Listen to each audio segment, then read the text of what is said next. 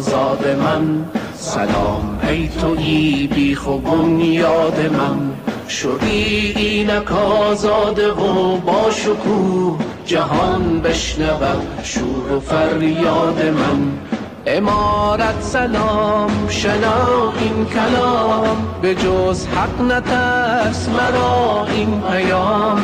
خدا با تو با دلت شاد شاد، چه تحریم شدیم چه رفتیم زیاد. جهاد و نبرد سرنوشت من است، چو دشمن همیشه مرا دشمن است. مرا ملتی پاک و هر دم شهید، همه شیر میدان ز مرد و زن است. زیادت مبر ای مرا هموطن، رشادت بود ریشه جان و تن. شهامت شهادت همیشه بباد، چو باد جزو فرهنگ و ایمان من. تباهی سرانجام اشغالگر است، اگرچه به هر جا بزرگ و سر است. هر آن که نهد پا به این خاک خاک، سزایش سحر سرکشی بدتر است.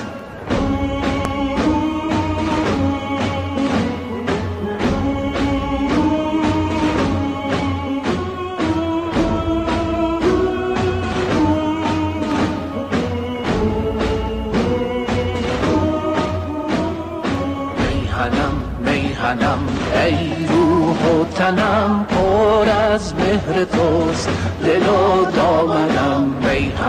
میهنم ای روح و تنم، پر از مهر توست دل و دامنم.